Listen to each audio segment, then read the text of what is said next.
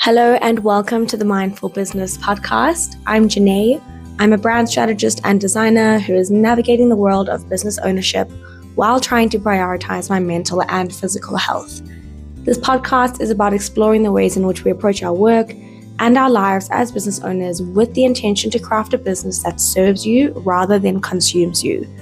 So if you're tired of the hustle and grind culture and want to build a business that fits into your life and not the other way around, then these are the conversations for you. We have a chat. Yes. Also, I like today we're matching. Oh, yeah. I don't know why this was about. We're actually really spot on. So I thought that we would just start with introducing you, or you can introduce yourself and explain a little bit about you and Radical Care Life. Okay. Yeah. All right. Okay. No, but congratulations. Oh, I think starting having the space to have this type of conversations is really important, especially in South Africa, because I've seen quite a lot of these conversations happening in the US, but I've never really kind of like, in the context of South Africa, in the context of what we're going through. I think creating a space like this is a total game changer. And I think you're giving a lot of people permission to voice out. I hope so. There's a lot of intentions that I have for this podcast, but so far it's been quite well received with the people that I'm inviting to come and speak with us. But I think I agree. It's not spoken about enough in the context of South Africa. Even I mentioned in the last one, statistically trying to find data and research on mental health for entrepreneurs and business owners. Everything is done in the US or the UK. There's nothing for South Africa. Statistically, there's a couple of news articles and things that kind of generalize, but even the South African articles refer back to US stats, which doesn't make any sense. I'm hoping that eventually we'll find some more data around it to back everything, but the conversations are so important. Yeah, no, it is. It is. So for me, I'm Kedumetse Mvula. I'm the founder of Radical Care Life. It's a business it's a self-care hub and community for women who are navigating motherhood, entrepreneurship, and career life, right? And it's built on the principles of Radical Care Life, where we believe in prioritizing mind, body, and spirit. And that is important because that's what gives us capacity to heal, to grow, and be able to have capacity to care for others. And importantly, because we're not that one-dimensional, you want to also be able to pour productively and effectively into your business, into your career life, right? It was birthed out of my personal journey. And because a couple of years ago, I actually working in corporate. What industry were you in? I've been in the health sector, whether a non-profit organization, public health sector, private health sector, and I ended up in the pharmaceutical industry. Okay, all right. And so it's within a span of I've been working for over 20 years in corporate. Oh my word. I didn't even last 4 years. So by that time, I had I had just continued with the same patterns, the same grind, but it all came to a crash and it was no longer fulfilling. It was no longer, the dream that I was envisioning. And it was climbing that corporate ladder. Yeah. And also because life was happening in parallel. I got married, I had kids, and I was a mother and a wife, and I had to figure out how to balance all of this. So I crashed out, I burned out, and I was like, this is not the life. Was that like a gradual build up, or was it just like a defining moment where you were like, absolutely not, I'm done? No, it was a gradual build up. And that's where Radical Care Life came in. Yes, that's where Radical Care Life came in. And essentially I built the business to serve women like me, because I realized I'm not alone, in this space. Your experience is not isolated. And as women, we tend to take so much, and we often put ourselves last on the list, So we essentially offer life coaching services. And this is important because, building a balanced life or building a sustainable life requires you to be able to look at yourself inward. You know, be active in be it. active, be intentional about it. And I think that that's an important step, especially if we're talking about the context of coming out of corporate and into entrepreneurship or doing things on your own. Yeah. You've probably learned a whole bunch of unhealthy habits, or maybe just habits that you don't want to maintain or keep around.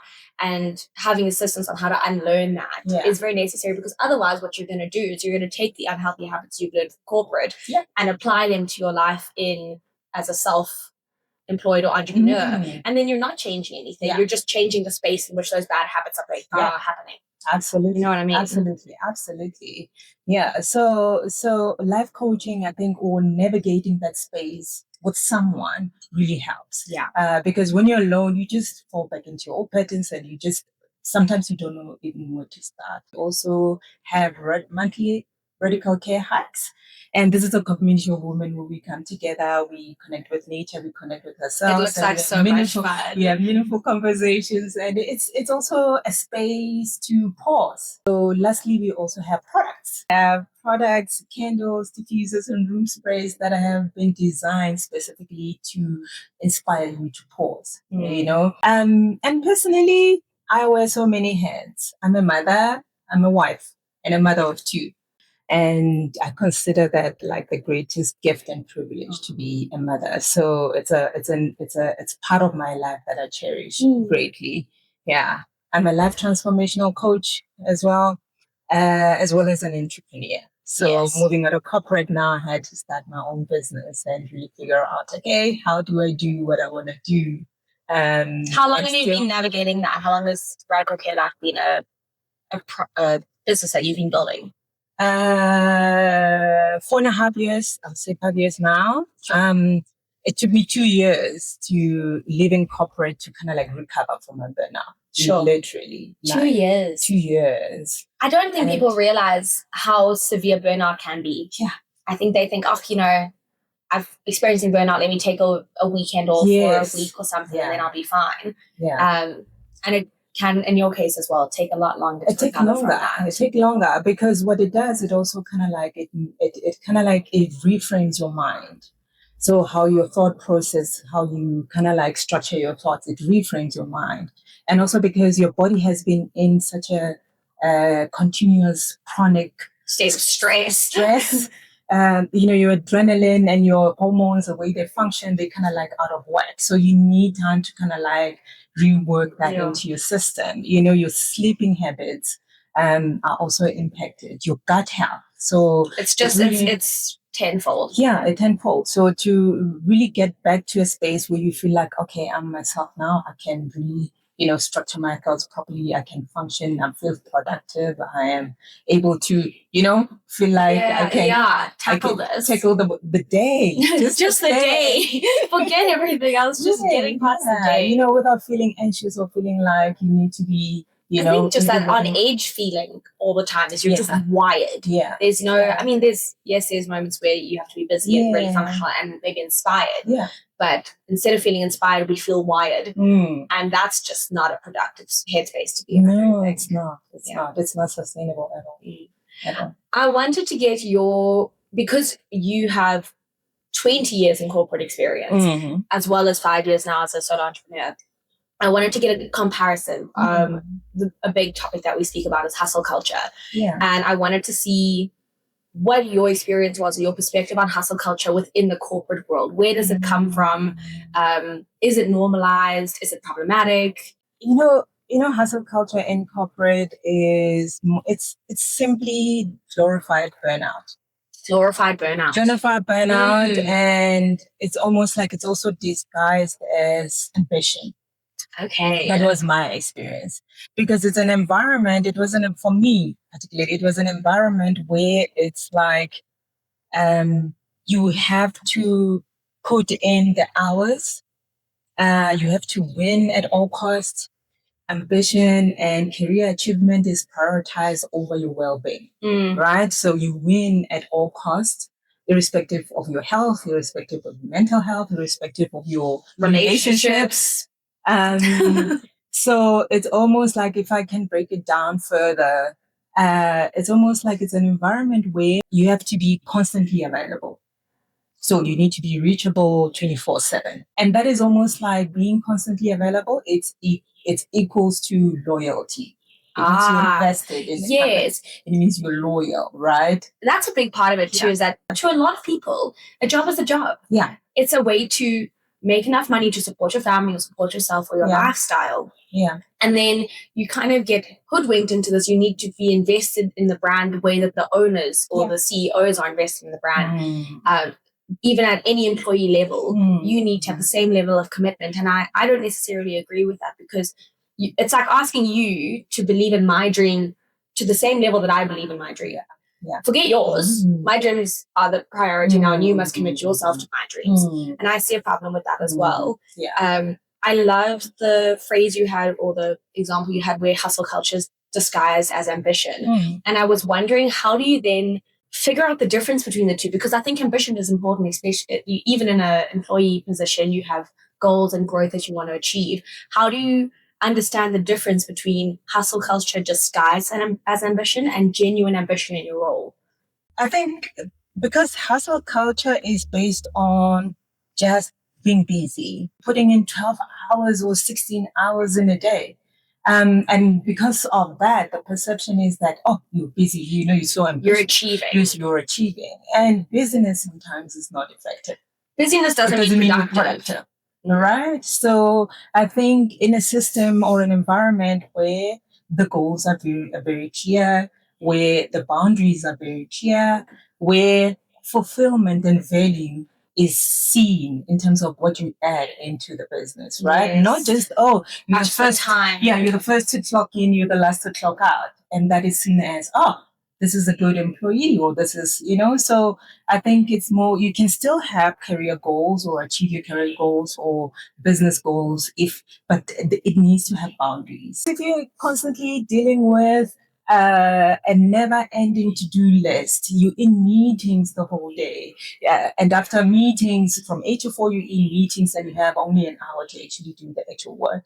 That is not just as you're speaking. There's about 5 people that I know in my personal life that come to mind immediately. On people regularly when I ask how's work, they go, I'm always in meetings. There's a lot of jokes at the moment being like, I'm pretty sure this could have been an email. Conversations. Absolutely. And then moving from the experiences in hustle culture in the corporate, you were talking about how it took you 2 years essentially to unlearn some of those bad habits. What does hustle culture look like in the space of a woman entrepreneur doing things on her own? Is that still a reality? Do we still struggle with that hustle culture mentality? Do we, instead of having it, because in corporate it's applied onto you, it's saying you need to do this, you need to work harder and be online all the time. When we work for ourselves, we're the directors, essentially. We are telling ourselves what to do. But I think that we still end up being that kind of boss to ourselves when we put that pressure on. Do you have a perspective on what hustle culture looks like when it's inflicted by us on us? It creeps in a sneaky way, right? Because you're moving from an environment that you know what not having boundaries look like, right? You know what pressure looks like in the corporate world, but you're not a one-man show.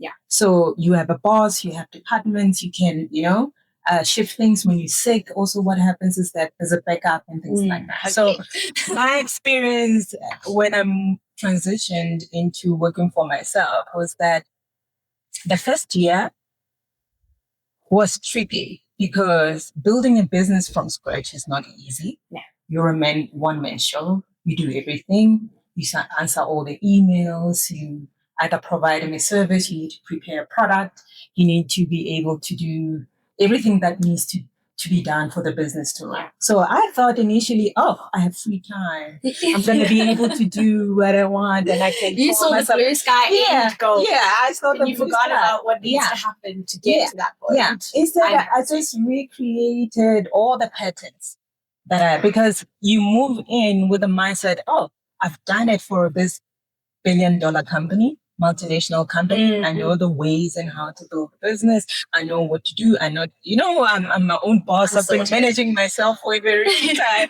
So I know the tricks of the trade. So I just recreated all the patterns that I did first year. Yeah. You also have this mindset that now, okay, I have to be financially sustainable. I need to make money. I need to pay rent. I need to pay the bond. I need to have petrol in the car. I need to have food. You've got all that list. You've got all that list of and that product. Okay, that's my petrol. That's my petrol. So I need to make this happen now.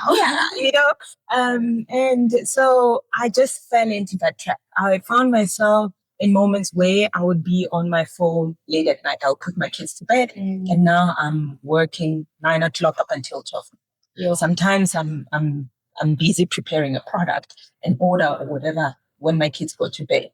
And I remember one moment, my son was sick one night, and at the same time, I kept him on the sofa, and at the same time, I was busy. I was on my laptop while he's cuddling with me. Oh. And I had to prepare for a pop-up market. So it was like... Did you have a moment there? I had a moment. I was like, this is not right. This is not right. And I just realized that, I got so resentful in those moments because it's like I didn't... With yourself? Yeah, with myself. Because I built this business to serve, people with a joyful heart and with, really good commitment from my side. And now I feel like I've just kind of like recreated the same cage that I just escaped from. It's the same story, just in a different context.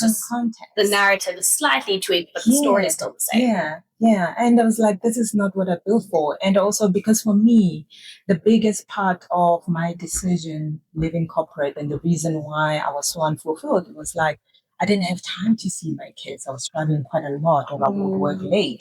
So now I'm sitting with my kids. You're doing the same thing. I'm still doing the same thing. Yeah. So as a mother or as a parent, I think that it hit hard. And I was like, no.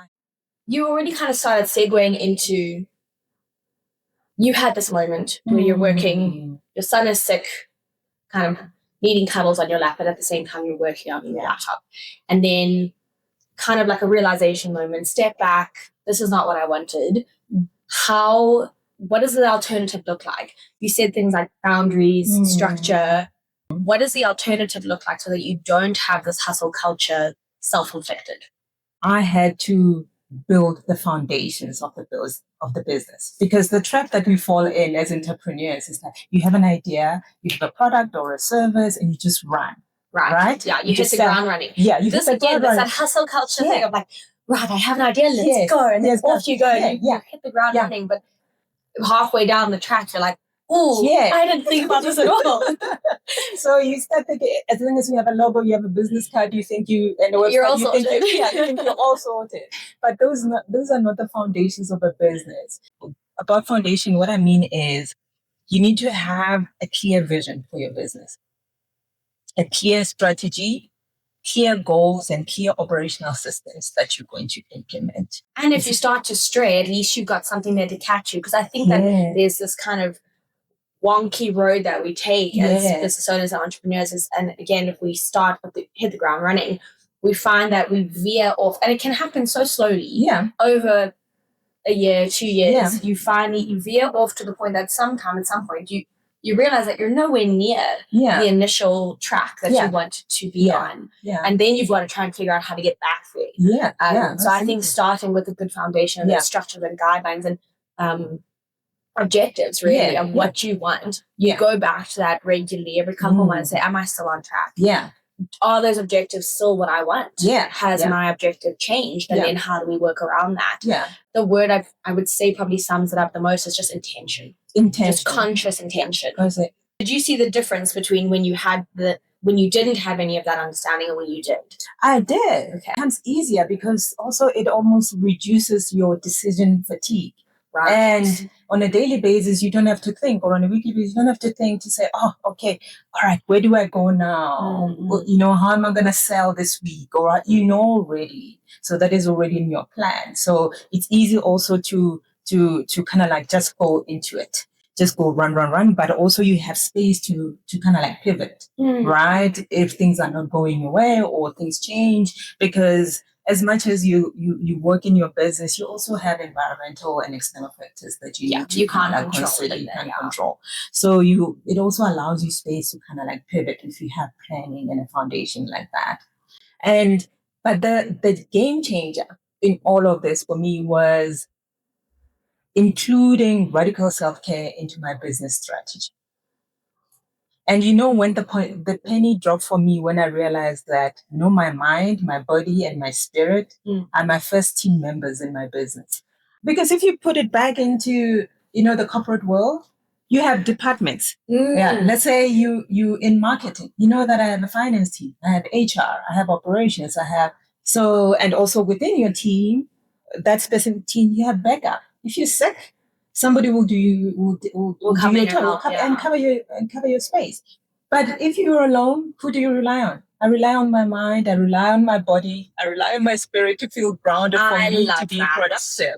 Right? So radical self-care had to be part of my business strategy. And how it started to look like was I started now to make sure that I create time for my exercise. Right. It's part of my business strategy.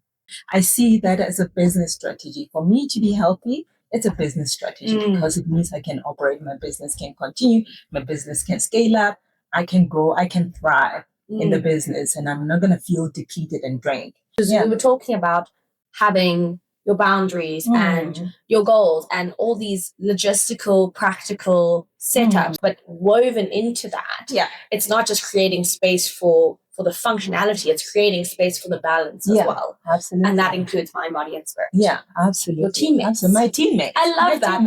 I mean, that's how I always have to think, like, do I refer to my business as me or as us? And I'm going to say we from now on. For me, it's always me. Because it's me, my mind, my body, and my spirit.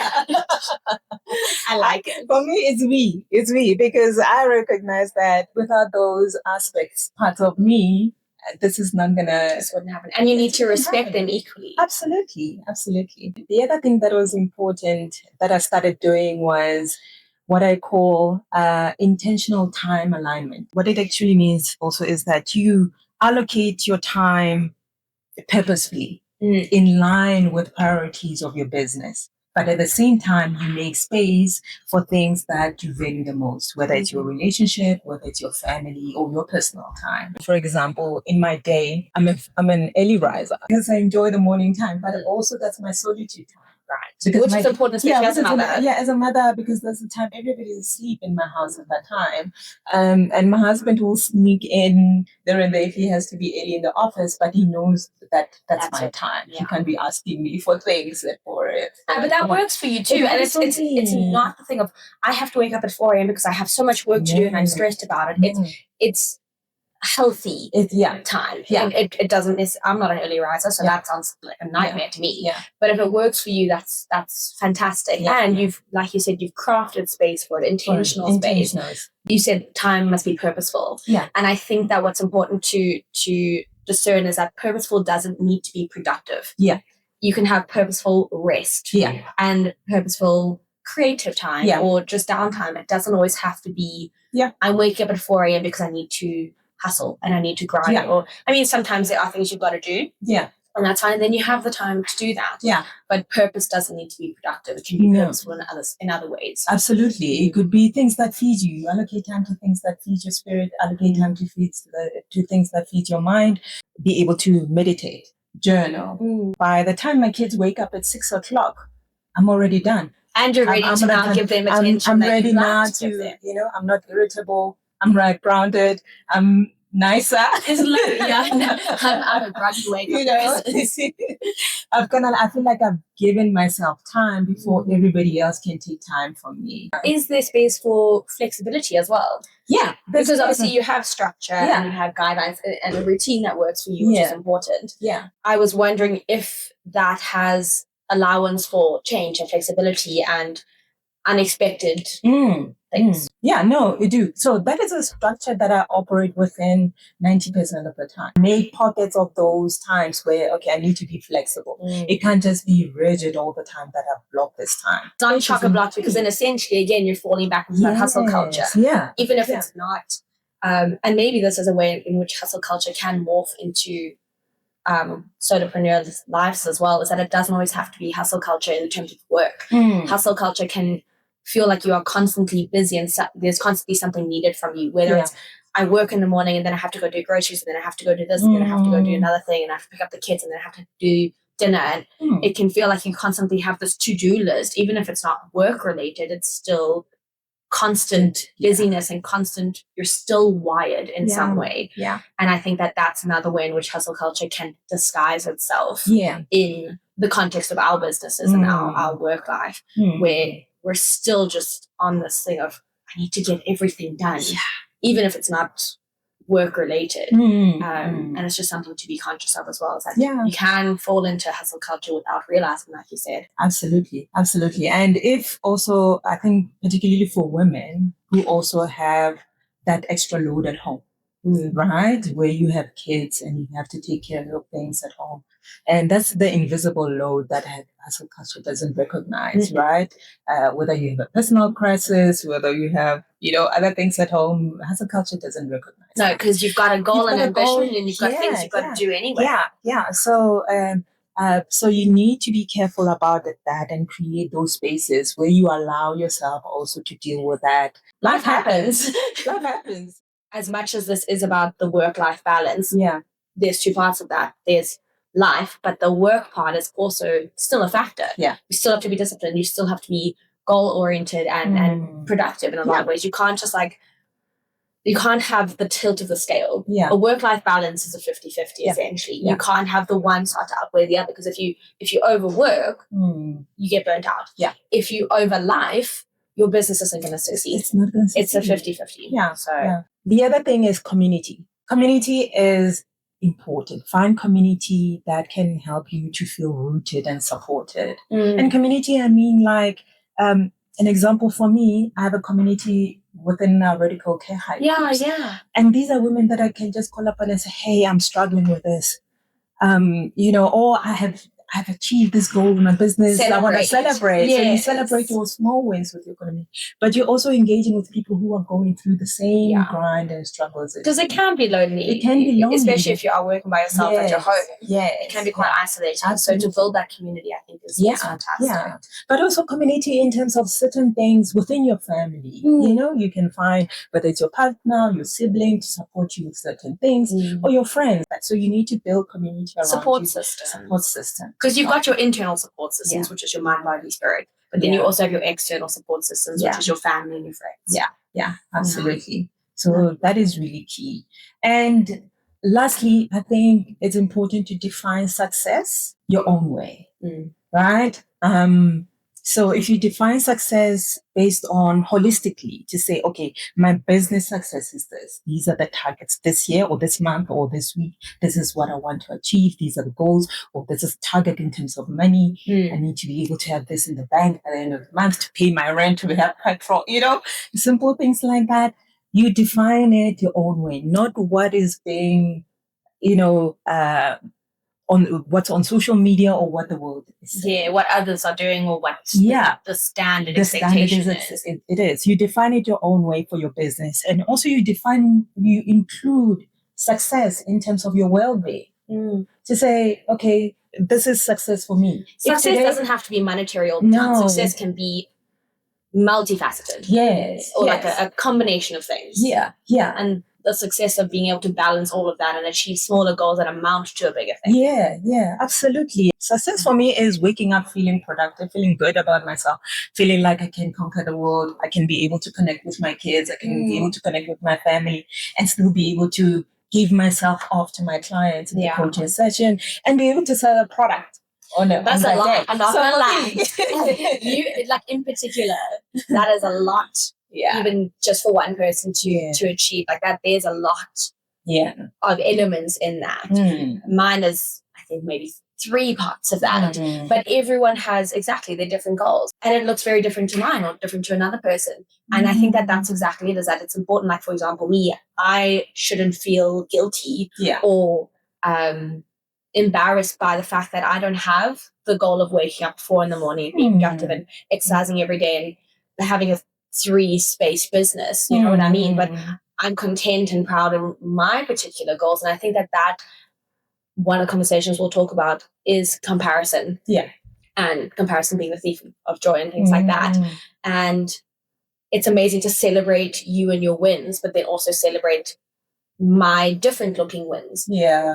And I think that in the community of entrepreneurship as well and self-employment, it's good to celebrate the differences between us. Yeah. As opposed to trying to always keep on track with each other, because it's not going to align with me, or you might be misaligned with my lifestyle that I'm trying to build. You might be unsatisfied. So yeah, it's just a little different. Yeah. Lastly, just to round off, do you have any books, podcasts, movies, recommendations in general? It can be work related, it can be mental health or kind of well-being related, or it can just be something fun. Like a Netflix series. 2 books that have been like total game changers for me in the past 5 years. Okay. So the first one is Atomic Habits by James Clear.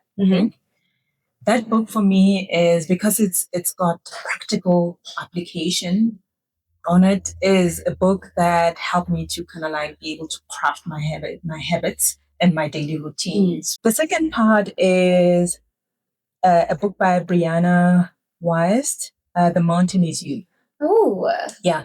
I haven't heard of that one, actually. I'm big on self-help books. So Atomic Habits I've heard of. Yes. And I've got some that I'll recommend to you, actually, in that context. Yeah. But The Mountain Is You sounds intense. Yeah, it is intense. It's about self-reflection. Right. But it also helps you to unpack certain behavioral patterns that might be self-sabotaging. In terms of, there's a podcast that I regularly go back to. I listen to many podcasts, but there's a podcast by, I think it's On Purpose by Jay Shetty. Yes. Particularly the episodes, not when he's interviewing celebrities, but episodes where he talks about mindset, personal growth, personal development episodes. Those ones, I find them really, insightful and valuable. Thank you so much. It's been so nice to hear more about the business, and you. Obviously, we work together quite closely regularly anyway, but it's nice to have now a different element and a different channel for us to chat about these things, and also just share like our experiences too. So thank you so much. Thank you so much. Thank you for listening to the Mindful Business Podcast. If this resonates with you, please follow along, share it with a friend or a family member who you think could benefit from it. Leave a review, a comment, a question. I'd love to hear from you. What are you struggling with? What do you want to know about? Also, don't forget to take a break today. You're allowed to go at your own pace. See you next time.